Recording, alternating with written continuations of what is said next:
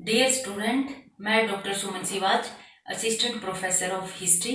हमारा आज का टॉपिक है भारत के विभाजन के मूल कारण। इससे पहले की वीडियो में हमने ब्रिटिश सरकार की फूट डालो राज करो की नीति की चर्चा की थी। आज हम कांग्रेस की कमजोर और तुष्टीकरण की नीति को डिस्कस करेंगे।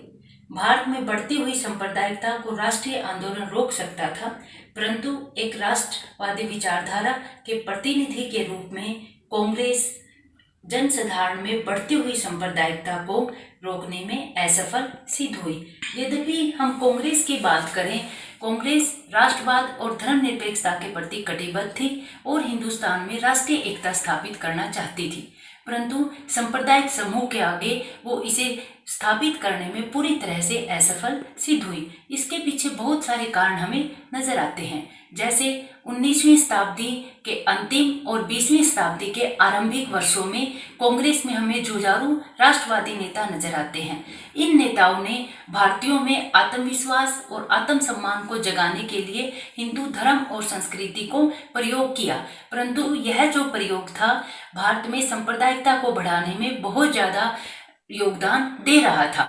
अगर हम विपिन चंद्र पाल, लाला लाजपत राय और बाल गंगाधर तिलक की बात करें तो इन्होंने भारतीयों में राष्ट्रवाद को जगाने में अहम योगदान दिया, परंतु वे कट्टर हिंदू थे और हिंदुत्व से प्रेरणा लेते थे। बाल गंगाधर तिलक ने तो शिवाजी और गणपति त्योहार जो है वो नए रूप में मनाना आरंभ किया और जब भी किसी नए कार्य की शुरुआत करते थे तो गंगा की सौगंध या गंगा स्नान या काली देवी की पूजा से आरंभ करते थे। तो इसने कहीं ना कहीं मुस्लिम्स में एक डर जो है वो पैदा करना शुरू कर दिया कि कांग्रेस के ऊपर तो हिंदूवादी नेताओं का बहुत ज़्यादा प्रभाव है। इसी तरह से अगर हम लाला लाजपत राय की बात करें, लाला लाजपत राय आर्य समाज में बहुत ज़्यादा विश्वास करते थे और आर्य समाज के सदस्य के रूप में भी रहे थे और आर्य समाज कहीं ना कहीं पे शुद्धि आंदोलन को चला रहा था। इसी तरह से उग्र राष्ट्रवादियों ने महाराणा प्रताप और शिवाजी को राष्ट्रीय नायक घोषित किया और कहीं ना कहीं मुगल शासकों को विदेशी के तौर पर देखना शुरू कर दिया, जिसे मुसलमान कदापि सहन करने को तैयार नहीं थे। तो राष्ट्रवादियों की इस नीति ने कहीं ना कहीं हिंदू मुस्लिम में बहुत ज़्यादा गहरी खाई जो है वो पैदा करना शुरू कर दिया और यहीं से हमें नजर आता है कि ये कांग्रेस का जो कदम था ये राष्ट्रीय आंदोलन को कहीं ना कहीं एक कदम पीछे लौटाने जैसा कार्य था। अगर हम 1909 के अधिनियम की बात करें, 1909 के अधिनियम में मुस्लिम्स के लिए अलग निर्वाचन क्षेत्र की बात जो है वो कही गई थी। इसका अर्थ था कि मुस्लिम प्रतिनिधि को केवल मुसलमान ही वोट डाल सकते हैं। कांग्रेस ने इस अधिनियम का भी विरोध नहीं किया, मुस्लिम लीग के प्रति कमजोर और तुष्टीकरण की नीति को अपनाया और इससे मुस्लिम लीग को भी ये लगने लगा कि कांग्रेस उसके बिना भारत में कोई भी संवैधानिक सुधार जो है वो नहीं करवा सकती। तो इससे कहीं ना कहीं राजनीति में सांप्रदायिक ताकतों को प्रतिष्ठा मिलना जो है वो शुरू हो गई। इसी तरह से आगे हम बात करें तो 1915 में मुस्लिम लीग का बंबई में अधिवेशन हो रहा है और इस अधिवेशन में महात्मा गांधी, सरोजिनी नायडू, मदन मोहन मालवीय भाग लेते हैं और वहां पर एक समिति का गठन करते हैं जिसे कांग्रेस और लीग योजना भी कहा जाता है। कांग्रेस और लीग योजना बाद में 1916 में लखनऊ समझौते के तौर पर उभर कर आती है।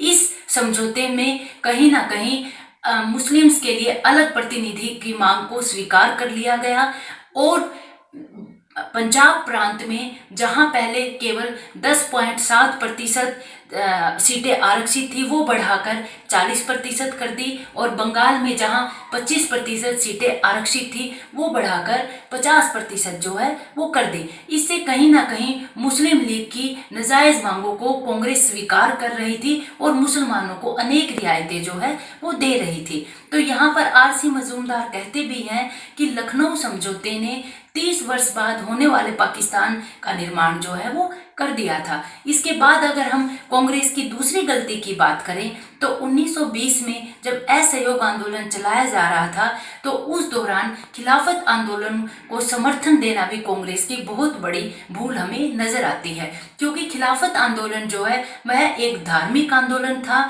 और ये कहीं ना कहीं धर्म की कट्टरता से जुड़ा हुआ था।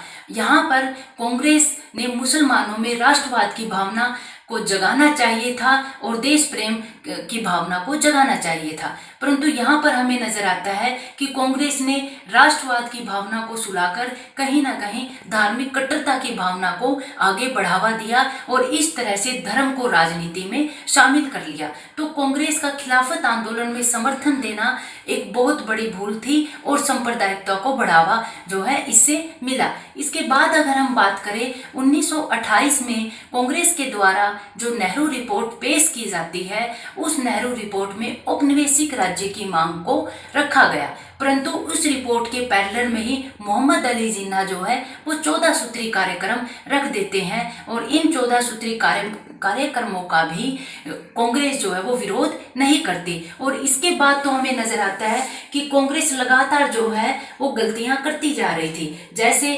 1932 के कम्युनल अवार्ड में अलग प्रतिनिधित्व को स्वीकार कर लिया गया और केंद्रीय परिषद में मुसलमानों के आरक्षित सीटों को 1/3 जो है वो कर दिया गया।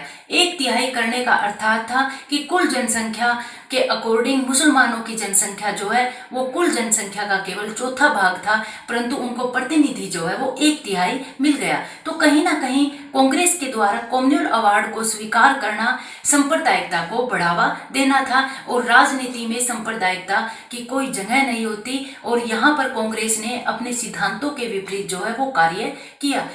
1935 के अधिनियम में केंद्रीय परिषद में 250 में से 82 सीटें जो है वो मुसलमानों के लिए आरक्षित कर दी गई। अब हम अगर 1937 के इलेक्शन की बात करें, उस इलेक्शन में हमें नजर आता है कि सांप्रदायिक ताकतें जो है उन्हें ज्यादा सफलता नहीं मिल रही है। कांग्रेस को 1585 में से 716 सीटें जो है वो मिलती है। दूसरी तरफ हमें नजर आता है कि मुस्लिम लीग को आरक्षित सीटों में से 492 में से केवल 109 सीटें ही जो है वो प्राप्त हुई। और अगर हम वोट प्रतिशत की बात करें तो मुस्लिम लीग को मुसलमानों का केवल 4.8% वोट बैंक ही उन्हें प्राप्त हुआ। तो यहाँ पर हमें नजर आता है कि मुसलमानों का अभी तक मुस्लिम लीग पर पूरी तरह से विश्वास नहीं हुआ था और यहाँ मुस्लिम लीग ने अपनी राजनीति जो है वो पूरी तरह से कट्टर सांप्रदायिकता की अपना ली। इसके विपरीत हमें नजर आता है कि कांग्रेस ने वही कमजोर और तुष्टीकरण की नीति को रखा। जहां पर कांग्रेस को सांप्रदायिक ताकतों से कहीं पर समझौता करना चाहिए था, वहां पर उन्होंने एक भूल की, वहां पर उन्होंने उन सांप्रदायिक ताकतों से समझौता नहीं किया राष्ट्रीय आंदोलन को आगे बढ़ाने में। जैसे संयुक्त प्रांत की अगर हम बात करें, जब संयुक्त प्रांत में मुस्लिम लीग ने कांग्रेस से कहा कि हम मिलकर सरकार का गठन करेंगे, तो वहां पर कांग्रेस जो है वो इनकार कर रही है। वो कह रही है कि आप जो है वो जमींदारी प्रथा के पक्ष में हैं और हम जमींदारी प्रथा के अगेंस्ट है, इसलिए हम आपके साथ मिलकर सरकार नहीं बनाएंगे। तो यहाँ पर मुस्लिम लीग पूरी तरह से प्रचार करना शुरू कर देती है कि कांग्रेस जो है ये केवल हिंदूवादी संगठन है और हिंदुओं के लिए ही बातचीत करता है और हिंदुस्तान को भी हिंदू राज्य स्थापित करना चाहता है।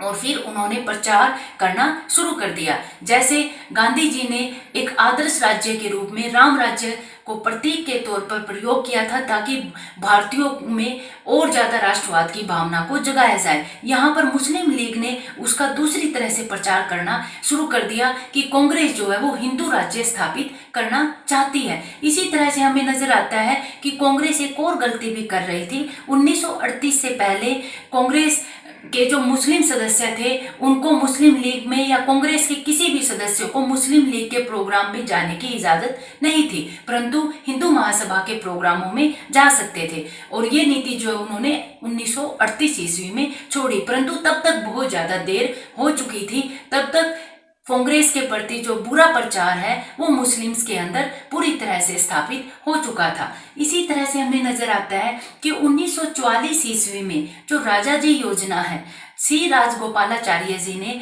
पाकिस्तान की मांग मानने का सुझाव जो है वो दिया और कहीं ना कहीं कांग्रेस ने भी पाकिस्तान की मांग को कहीं ना कहीं कुछ हद तक स्वीकार भी कर लिया था। यहाँ पर हमें नजर आता है कि महात्मा गांधी जो है वो मोहम्मद अली जिन्ना को कायदे आजम की उपाधि दे रहे हैं। मौलाना आजाद कहते भी हैं कि जब गांधी जी ने उन्हें एक पत्र में कायदे आजम की उपाधि दी तो एक राष्ट्रीय नेता के रूप में उभरना शुरू हो गए। और यहाँ तक कहा गया कि जिस तरह से गांधी जी का प्रभाव कांग्रेस के अंदर और भारतीय जनता के ऊपर था, उसी तरह से राष्ट्रीय नेता के ऊपर अब गांधी जी के कायदे आजम कहने पर वही प्रभाव जो है मोहम्मद अली जिन्ना का मुसलमानों के ऊपर होना शुरू हो गया। इसी तरह से हमें नजर आता है कि सी राजगोपालाचारी की जो CR योजना है, ये भी कहीं ना कहीं राष्ट्रवाद को पीछे धकेल रही है और सांप्रदायिक राजनीति को आगे बढ़ावा दे रही है। फिर उसके बाद हमें नजर आता है 1945 और 46 में जो इलेक्शन हो रहे हैं, उसी का प्रभाव के अकॉर्डिंग मुस्लिम लीग जो है वो बहुत भारी संख्या में उसे जीत प्राप्त हो रही है। वेविल योजना, जिसके अनुसार 29 जून 1945 से 14 जुलाई तक सम्मेलन होना था,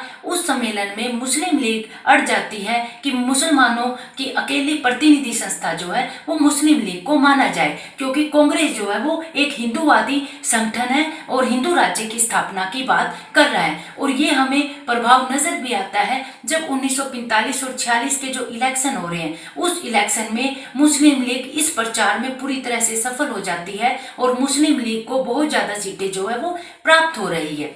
1946 ईस्वी में कैबिनेट मिशन को स्वीकार कर लिया जाता है कांग्रेस के द्वारा।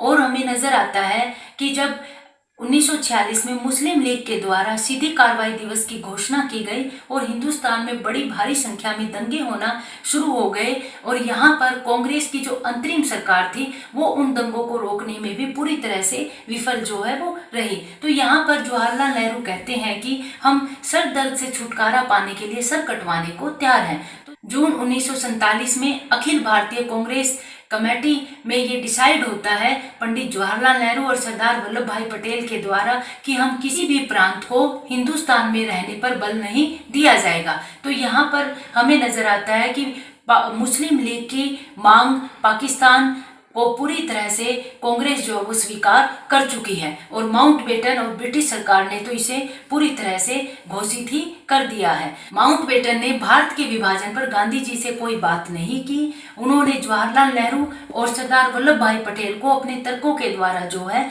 वो भारत के विभाजन के लिए मना लिया। और यहाँ पर माउंटबेटन गांधी जी को कहते हैं कि मिस्टर गांधी, कांग्रेस अब आपके साथ नहीं मेरे साथ है। और इस तरह से कांग्रेस जो है वो विभाजन को स्वीकार कर लेती है। तो हमें नजर आता है कि भारत के विभाजन के मूल कारणों में कांग्रेस की कमजोर और तुष्टीकरण की नीति जो है वो भी बड़ा अहम योगदान निभा रही। कांग्रेस को जहां सांप्रदायिक ताकतों से पूरी ताकत के साथ लड़ना चाहिए था, वहां वो तुष्टीकरण की नीति को अपना रही है। तो हमें नजर आता है कि इस तरह से भारत के विभाजन में कांग्रेस जो है वो अहम भूमिका निभा रही है। इसे नेक्स्ट वीडियो में हम मुस्लिम लीग के योगदान और जिन्ना के हट की चर्चा जो है वो करेंगे कि किस तरह से विभाजन में वो अहम भूमिका निभा रहे हैं। तब तक के लिए इस वीडियो को लाइक कीजिए, शेयर कीजिए और चैनल को सब्सक्राइब कीजिए। Thank you.